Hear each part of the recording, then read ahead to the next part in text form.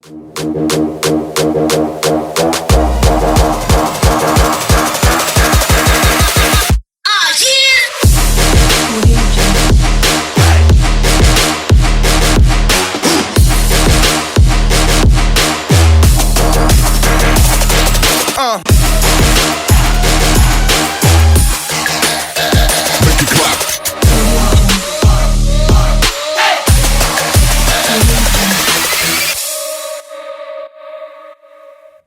thanks for watching. It's week 3 of our In My Opinion series where we're talking about how we judge others. You know, it's a sad fact of life that we are constantly in this process of judging and being judged. And if we get wrapped up in that, it can consume us. It can be something that controls our lives, especially as teenagers, as we're trying to figure out where and how we fit in. When we look around, it's easy for us to start and make judgment calls about other people without really knowing them. Now, I know not all of you go to public school or are in school, but I know many of you can relate in some sort of way to this question. How many of you have ever seen a clique? Maybe it is at school, maybe it's even here at church. But you've seen these cliques, these groups of people that have a common interest or common kind of theme about them, something they're interested in or something that they do or who they think that they are, and it binds them together to form a clique. You know, some of the generic cliques that I think happen that I've seen, especially around here, are things like the athletes or the smart kids or the gamers or the rednecks or the mean girls, all kinds of different cliques. And I'm sure you can think of a few of just groups of people that kind of stick together and do their own thing.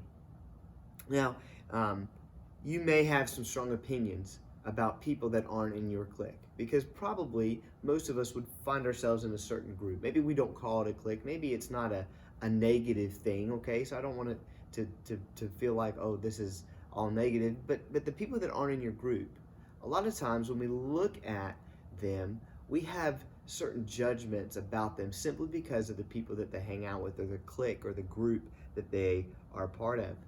I can relate to this because I remember when I went to college, I was trying to figure out where I fit in. I had some friends that I knew at the college, but I also had some things that I wanted to do that they weren't going to be a part of. And so I walked into a group, a singing group, where I didn't know anybody. Now, I know what you guys are thinking. If you're a part of a singing group, then you probably all have the same interest. You like to sing. Well, that may be true.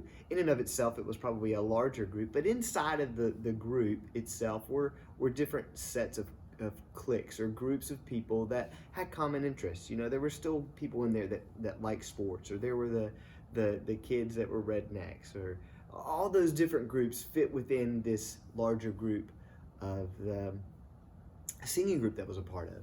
And for the first couple years, I had an idea about this one guy that I was like, man, I don't think he's a bad guy, but he's just not the kind of person that I would spend time with. We didn't have a lot that I thought we would be interested in. He was more of a musical theater type, and didn't seem like he was interested in the same things I was, and he wasn't as into sports and fitness that I was, and actually participating in them. And so I thought, you know, we can be cordial, but that's about it. And so I made these judgment calls. Like, I thought music was his life, and to me, music was just kind of an add-in. It wasn't like a big part of everything that I did.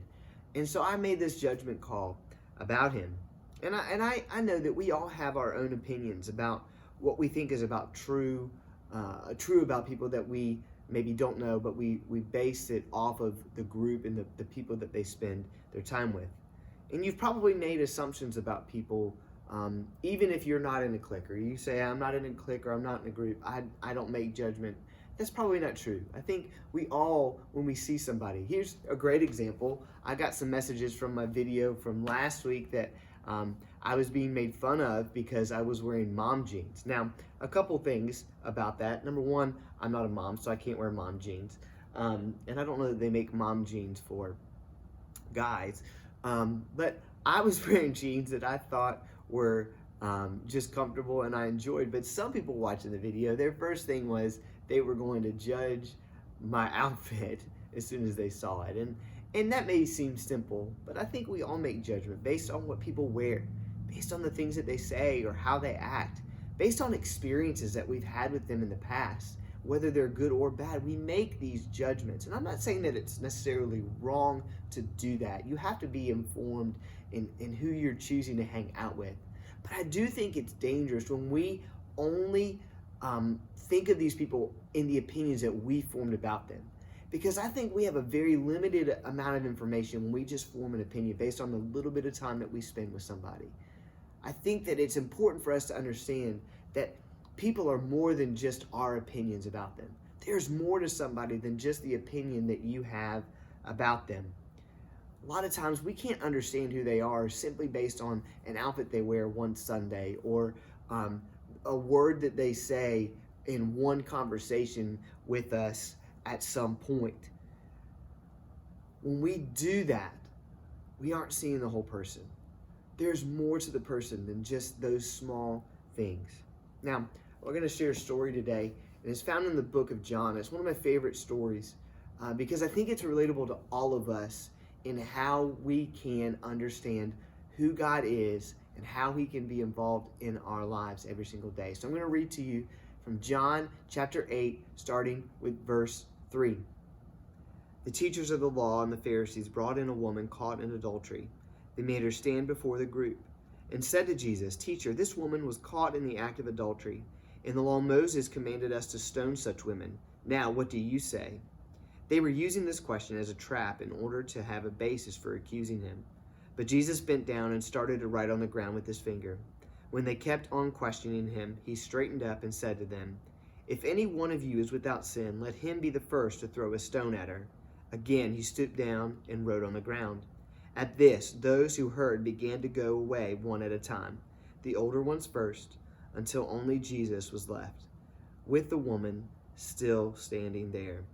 Jesus straightened up and asked her, "Woman, where are they? Has no one condemned you?" No one, sir," she said.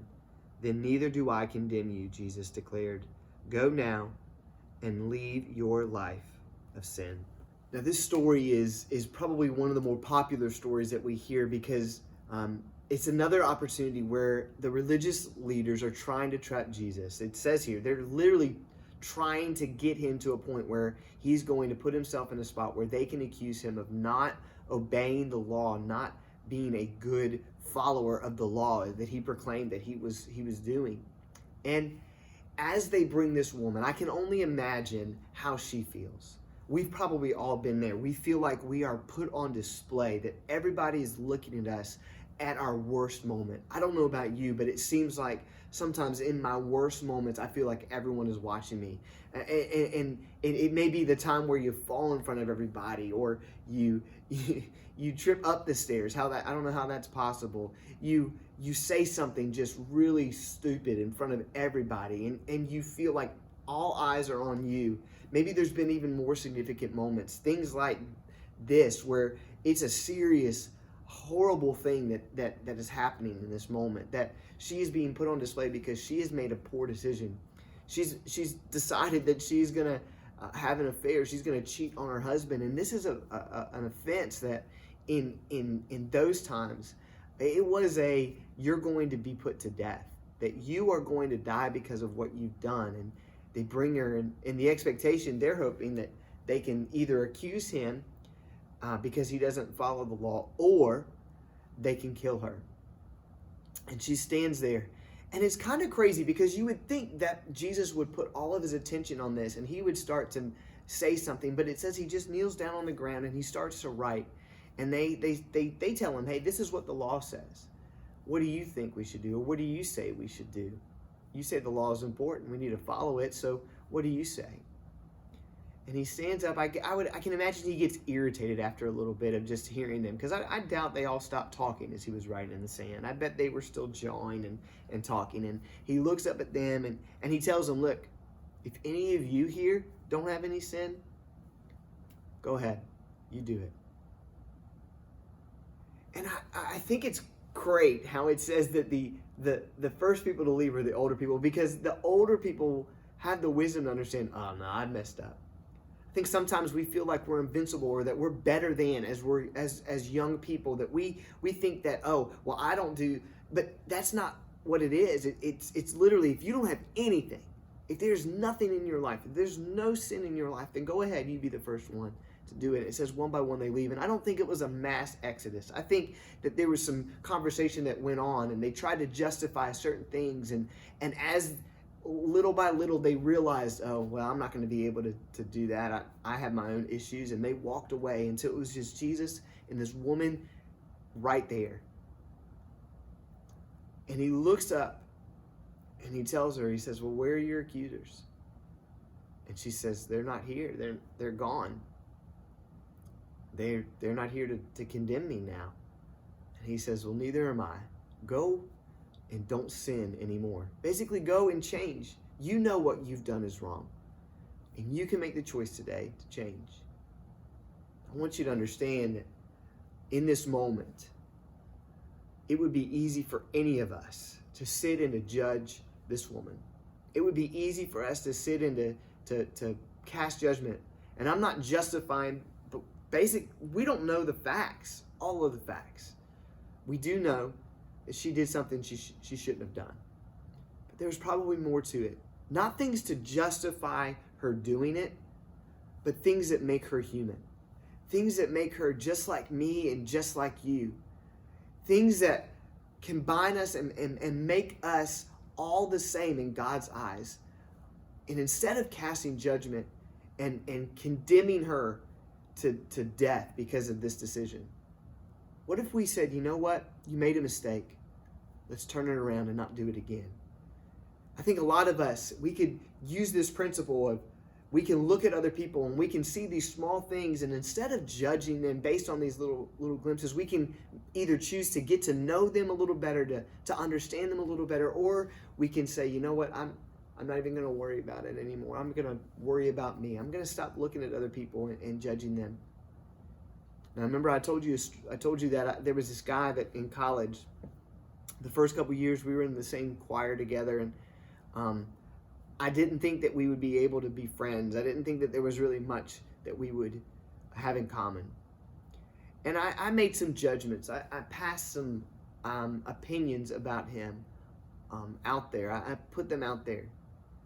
And I can't tell you when it happened, but over a series of trips in a couple months, we started to talk. We started to have some relationship of a friendship form. And we ended up being roommates. And through that experience, I found out some things that we were a lot more similar and alike than I thought we were. And over the next couple of years, we developed a friendship, a very close friendship. He ended up being probably what I would call my best friend in college. Ended up being in my wedding as the best man. We got to experience a lot of life together. But at the very beginning, I would have never thought that could happen, simply because I passed some judgments on him and who I thought he was based on some really insignificant things. And I want to encourage you, there may be some people in your life that you've written off. You've said, nah, there's no way, we are too different. What I want to tell you is there's a chance that maybe someone that's very different from you can be an impactful person in your life. They can speak into you and they can empower you. They can equip you. They can encourage you on your journey. And you need some people that look different than you. You need some people in your life that are different than you. And this whole series, what we're talking about is how can we move away from judging people and really getting to know them and not putting judgment on them, but putting love and grace and mercy and hope and on them. And so I want to encourage you, wherever you find yourself, to walk away from this idea of judgment on other people. Walk away from this idea of judgment that's being put on you. Focus on who you are, but also focus on who you can bring into your life. You may be surprised at the people that God can put in your life that can speak into you and that can help you in your journey. Listen, I've enjoyed this series, and I hope that we all come out of this series better. We look at other people differently. We see them with the love that God has for them, and we become better followers of Christ as we walk this life together. Hey, make sure you like, share, subscribe, all that kind of stuff. We'll have another video up again soon. Thanks for watching.